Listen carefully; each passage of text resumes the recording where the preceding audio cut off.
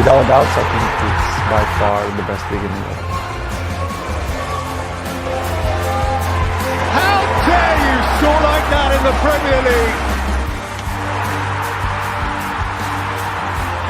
Mission accomplished in the Premier League. The American. Scouser. Hello, everyone, and welcome to another edition of ASTV's Premier League Show. We end all of our intros end with people lifting the trophy, and we are about a week away from hopefully confirming officially who will be lifting the trophy on the final match week of the season this year, which I believe is May 25th, maybe something like that, 22nd or 25th. Exciting times if you're a Liverpool supporter, not so exciting times if you're a Man United supporter. But hey, this is a Premier League show, and you can't talk about Man United unless you're talking about the Europa League, because that's all they care about these days. So we will stay off that topic for today and get into something a little bit further. So before we get going, wanted to say hello to Paul. Paul, how are you doing today, my friend? Yeah, man. Happy Monday to you and everybody that's watching this thing when we post it.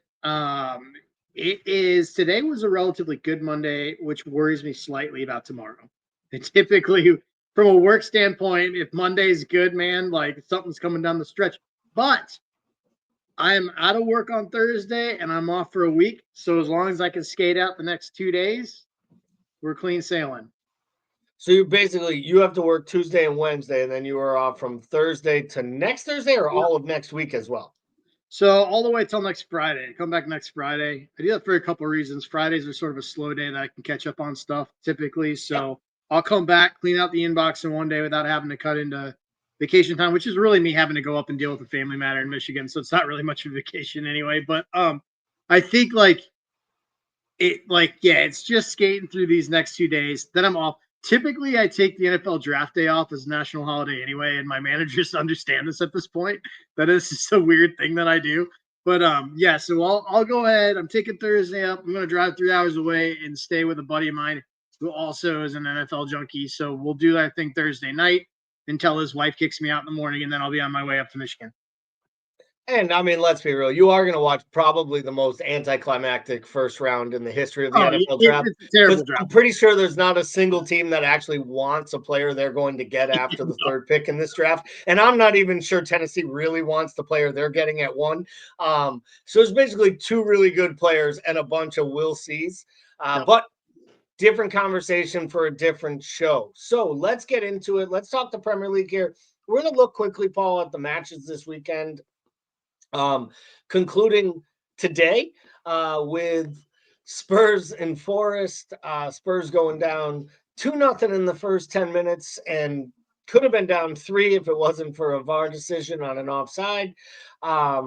Get one back really, really late, but lose the match. Don't think there's much to be talked about there. We will talk more about Forest later on when we talk about our top 5 battles. So let's just get right at it. I don't even think there's a surprise. The result that jumps out to me on paper here is Aston Villa 4, Newcastle 1, not because Villa doesn't have it in them to win a match at home 4-1, but coming off their Champions League defeat, seeming a little bit less than at their best. They've been playing well. Obviously, the Champions League was a big deflator, but Newcastle might have been the informed side in all of England. How surprised were you? Not that Newcastle didn't win the match, but the fact that they genuinely were never competitive in it. Yeah, I mean, I think watching that match, you could have easily saw Villa get 7 here, right? And just totally run ram shot. So it was surprising to see Newcastle get rolled that way.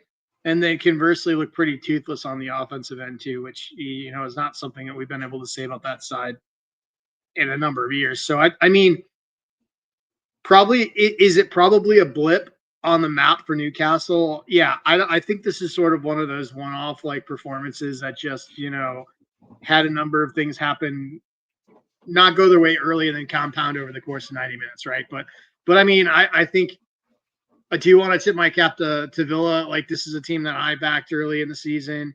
Then they didn't look great. They found their form. I really think, like, what we're starting to see is that these moves that they made in January on the offensive end of the pitch are starting to pay off for them. They truly are, but I will say, if I'm convinced of one thing and one thing after this weekend, it's an angry Ollie Watkins is the type of Ollie Watkins you want. Because rarely do you hear a player say, like, you hear him say things like, I was disappointed, I was frustrated. Like, he basically said, I was angry. And then when they said, were you just angry that you weren't in the lineup? And he's like, no, I was mad at the manager, my team. Like, I was mad at everyone for not giving me the second leg against PSG. I should have started that match. Like, basically saying, like, I was the striker who got us from almost being relegated to in the Champions League. And they go out and buy a left wing or get a left wing who's not even our player. He's on loan. We don't even have an obligation to buy. And his people are floating that he wants to go to Barcelona or potentially back to his parent club if he earns it. And you're starting him. And it's part of the reason I also love Unai Emery, because he is like, yes. And I told Ali, we play best player to win. Marcus starts. Like, I love that he is kind of that old school coach, but that he also clearly has his finger on the pulse, because what Ollie Watkins did on the weekend is exactly what you're supposed to do. Kick up, fuss, throw your toys out the pram, but show up for training, work hard, get your chance and get a goal and an assist and be the best player on the pitch. He was unplayable at times. So, and I don't also blame the Villa fans who are frustrated that they took Marcus Rashford off against PSG, because I think if they leave Rashford on for another 15 minutes, there's a good chance that match goes to extra time. And man, then my dream of the Unai Emery revenge tour would still be on, and he would just go and break Arsenal supporters' hearts. But let's look back at those matches again. I think both of us were impressed with Villa, surprised by Newcastle. Still think both have a really good shot at getting in top 5. We'll talk more about that a little bit later.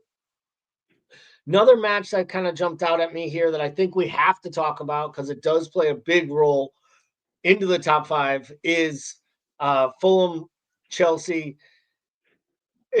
To me, it might be the biggest highway robbery of any 3-point victory. Chelsea should have been arrested for the point they were going to steal off of Fulham. And then somehow they get all 3 of them at the death. More about Chelsea having that extra level, right? And just that little bit more and the motivation, or a little bit more about this Fulham side got a really great manager, a few really good players, but is basically punched above its weight all season long. I think it's more the latter. I mean, Chelsea only used 3 subs, right? Like, so I think it's more of the latter. I think they sometimes you just get unfortunately and unlucky and like, the whole thing that football is not fair. I think it's very real, right? Like, I just feel like, they probably just didn't. I just felt like they just didn't get the luck of the bounce, right? And Chelsea got fortunate here. And I think that Chelsea and Fulham, although diametrically different in the way they operate from a business standpoint, suffer from the same thing. Like, they both have been, like, even though Fulham over the course of the season has overperformed, I feel like Fulham and Chelsea have both been wildly inconsistent in what we're going to get. Like,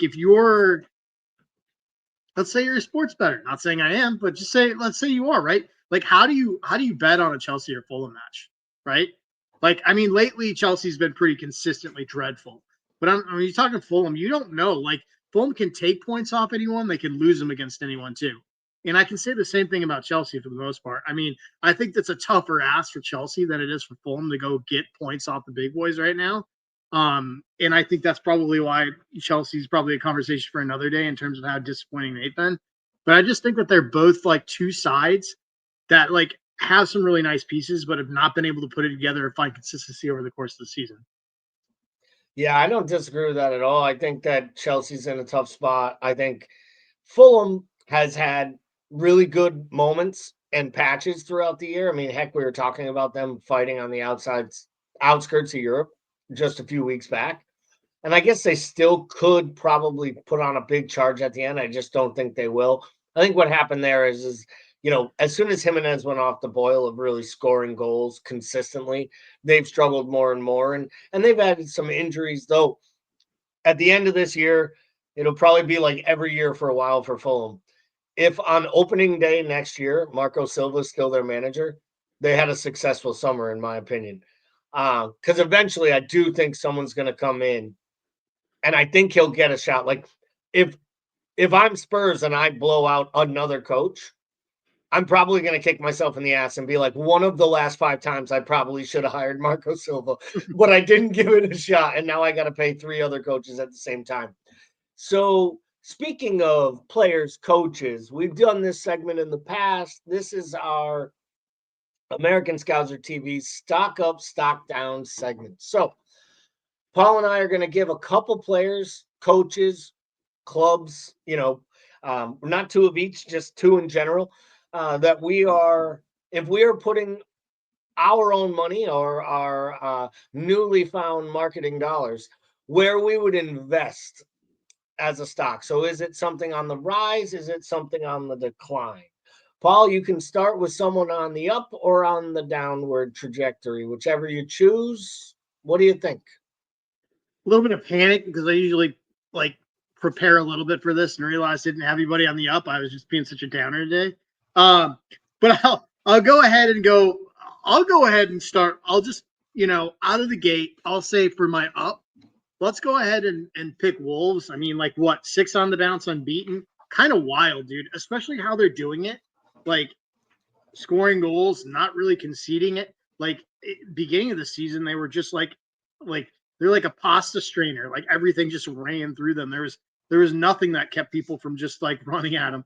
And so I would say them for now. I don't know how sustainable this is because I think they're probably going to lose Cunha, and I think they're probably going to lose some pieces over the summer.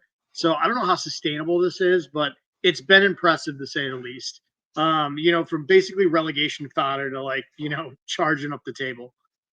Yeah, truthfully, I'll think of a new one before we come back to it. But I had Vito Pereira as my up because I feel like his stock has risen at this point as manager.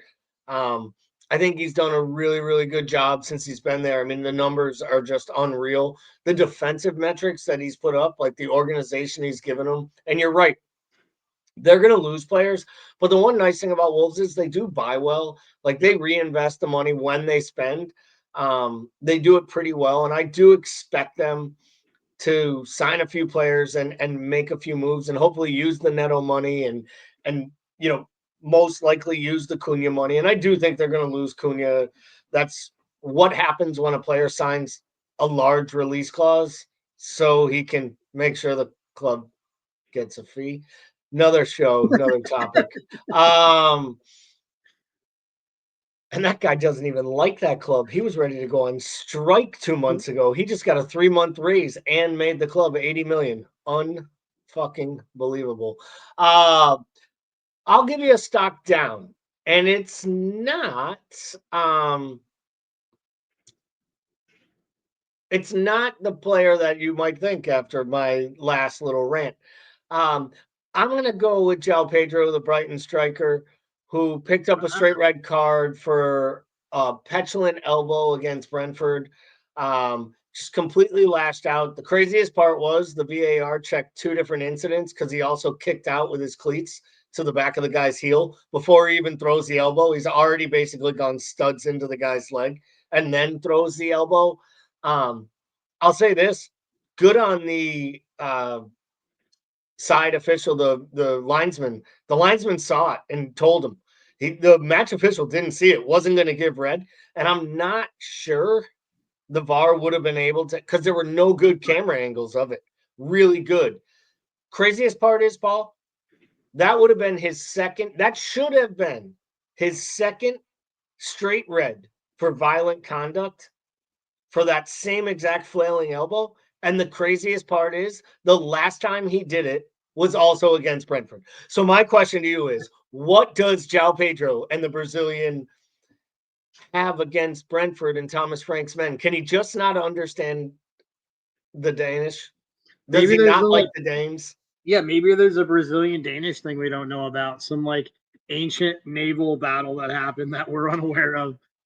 We don't really do history in the United States anymore, so I don't know. Like, It's a great point. We just make our own. We yeah, just change it. We rewrite it. It's okay. Don't worry. it's over here renaming oceans and stuff. I don't know. Like, Yeah, it's just parcels of water.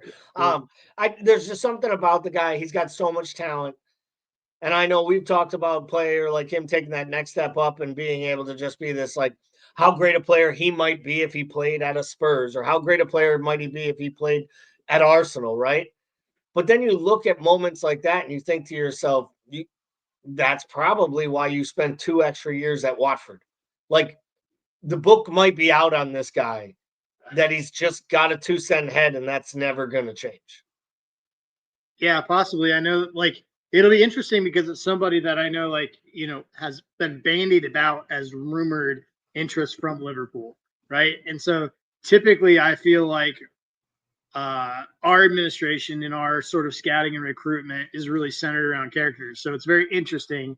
We'll see how that plays out. It'll be interesting to see. Yeah, I almost feel like he might have taken himself off the wish list Just pull the with his Basuma. actions this season. Yeah, very much so. This damn Brighton guys. Let's come back to you, Paul. Another stock up, stock down. You can go negative now. You're ready. Yeah, It's let's go Monday. negative, man. I've got a couple of candidates here. There's a couple of big ones, but I want to start at the top and hold club brass accountable. I mean, this may seem like a really obvious one and like I'm just dogpiling here, but at some point, Daniel Levy's got to take some responsibility for the situation at Tottenham. That club with that stadium and that fan base is too good to consider, like, to continually languish like in this Europa contention area of the table.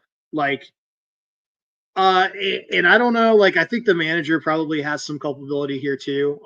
He'll complain about injuries, but we have been on the bad side of injuries before and competed for titles with them. So we know that you can't use that excuse in this league. I'm not convinced he's the right manager for them, but what I am convinced is that continually changing managers and continually not investing in your squad in a way that makes it manageable for managers coming in is not setting up your club for success, regardless of who's in and who's out. And that's his entire job. Yeah, I agree with you there. I think that's a great shout. Management in general, the way they've gone about things at Spurs haven't made much sense, haven't really aided in their growth, haven't supported them. I feel like in a lot of ways, I feel like they are really stuck in a rut. And it's not funny because it's always easy for us. It's funny for us when we laugh at United and we make the jokes, right? But I genuinely think, and Chelsea had this too for a period, and I think this is almost where at 8:00 we can jokingly make this joke to Timuchin, but I honestly think this is almost the Jose Mourinho effect.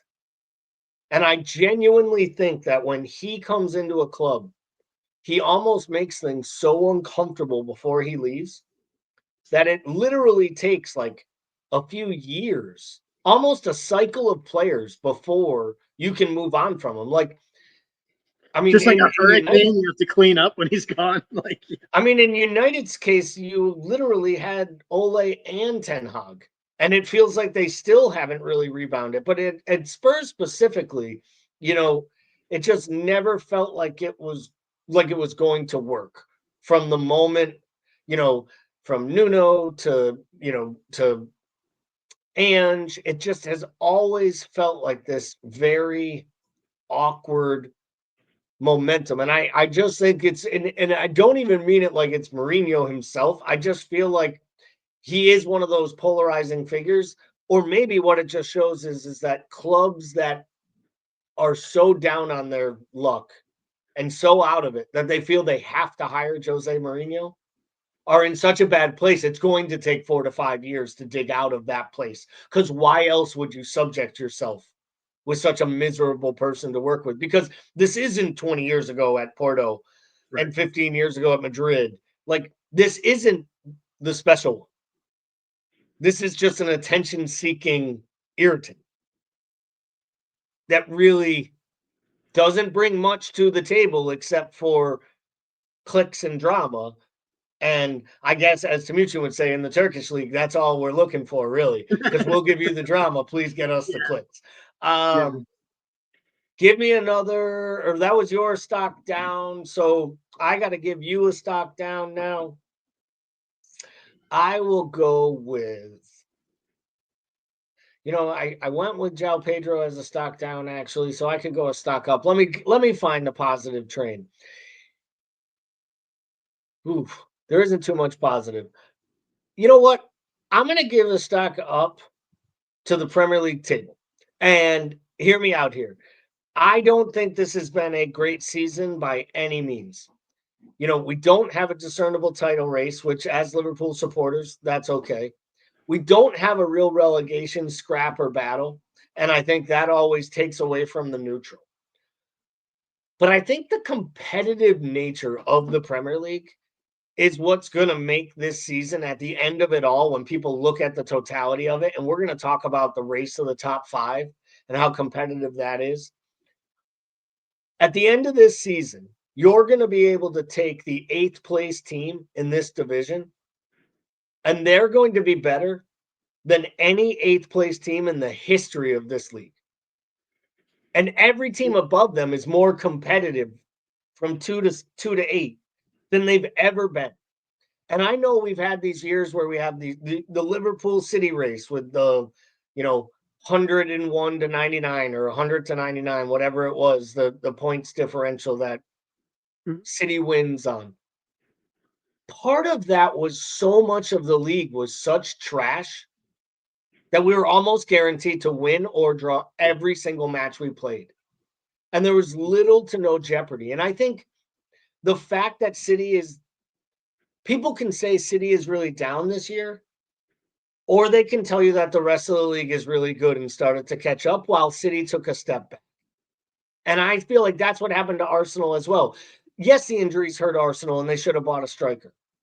They've also drawn a bunch of matches because they pick up stupid red cards and they don't score clinical goals in big matches against tough opponents. But that's not because the rest of the league's crap. And I think too often we're talking about this league as if it's fallen off, when I actually think this league is at the best it's ever been. And what better way to illustrate that than there is a chance that there is a chance that United and Spurs are going to finish 17th and 16th in this league above relegation and play in a one-match playoff to see who goes into the Champions League next year in the Europa League. If that doesn't tell you how dominant this league is, that our big clubs that are currently the dregs of this league can still go out and make European semifinals, to me, that just says this league is in a better position than people are talking about it, just because Liverpool's running away from it. There's three European Cup competitions. They're all in the semifinal stages right now, and 33% of those places are English teams, right? That's pretty incredible. Out of 12 spots across all of the Power 5 conferences, 4 of those places are taken up by English teams. I mean, it's pretty astounding. I think not having a race at the top certainly helps, or the argument that essentially the league is down. I mean, I think you can definitely use that and sort of play into that. I look at it from a holistic perspective of looking at what I've seen all year. And I don't think the football has been as attractive, as dynamic, as pacey, as entertaining as typically I'm used to seeing the Premier League's seeing. I haven't seen that in any other football either. And that's all, to me, that's all an indication of the fact that greed has gotten to the point where we just continually jam-pack fixtures, and these clubs can't. I mean, we can build 30, 40 minutes. We can build out 30-minute squads, right? But at the end of the day, you can't have that dynamic, impactful performances when you're running the legs off teams all year. And shit never ends, dude. These guys don't really even get a summer anymore. So Yeah, I just think, you continue to pack these fixtures in, and the overall quality and entertainment value of football is going to go down. And we'll talk about a lot more as we get towards the end of the season. We'll talk about transfers. We'll talk about the summer. I mean, we haven't even touched on any of our programs that I know of on this channel about this idiotic Club World Cup and how Chelsea and City have to go play in a 38-match tournament in June. Like, it's actually crazy. They're opening the transfer window even earlier to allow teams to buy players, right? But then there are a bunch of teams that don't want to sell their players if they are in the Club World Cup during that early window because they want to use it like a summer World Cup where they hope someone catches fire and Real Madrid pays way too much for, Jaime Rodriguez. Going to be a crazy, crazy, crazy end of the season and a crazy, crazy summer. So that was Stock Up, Stock Down. Appreciate that. Please, if you're watching this short video, let us know who you think you'd be investing in and who you wouldn't. So we're going to now take a look at what I'm calling 3 from 5, and that is 3 teams from 5 available that have a chance to qualify for the Champions League. And I haven't looked it up yet. I read something the other day that they can have up to 6 teams in the Champions League now. So if the Europa League winner is United or Spurs, it will not kick the 5th place team out like it used to kick the 4th place team out when, Chelsea would win the Champions League for no reason under Di Matteo. No, I'm not bitter at all. So I can't even imagine a world where the Premier League is gifted like 6, 7 teams in the Champions League. Like, why don't we just call it the Super League and call it a day? But Forest with a big win today. They really needed it, or they would be at the bottom of this table right now. So Forest, big win, moves up to 3rd place. Newcastle followed behind them on 59. Then City, Chelsea, and Villa. So, I want to show you this slide quick and we'll take it off. I can bring it up a few times, but these are in the same order that the names are across the screen and the teams are positioned. Starting with I just got an open book test, man, because I had this all written down. You did this nice little graphic. Thank you, T. Well, that's good because I can take it off the screen so that Matoush doesn't yell at us about not being able to clip videos. But for my edification, because I need it for a little bit, talk to me here quickly. Which of these 5 sides on the run-in, taking into account their current standings, are you most confident in? If I asked you, ranking this 1 to 5 from Forest down to Villa, which one are you most confident secures one of those top 5 spots? Newcastle. Okay. I don't want. That's who I'm probably most confident in, just because I think they're the most informed, all-rounded team, despite just getting smacked off the pitch by Villa. My number 2 team, I think, is Villa. I'm not going to say that. I think City's probably my number 2 team. I think they have enough quality to get through here. But I think Villa is the team that comes up and probably knocks somebody out. Like whether it's Chelsea, I think it's probably going to be Chelsea.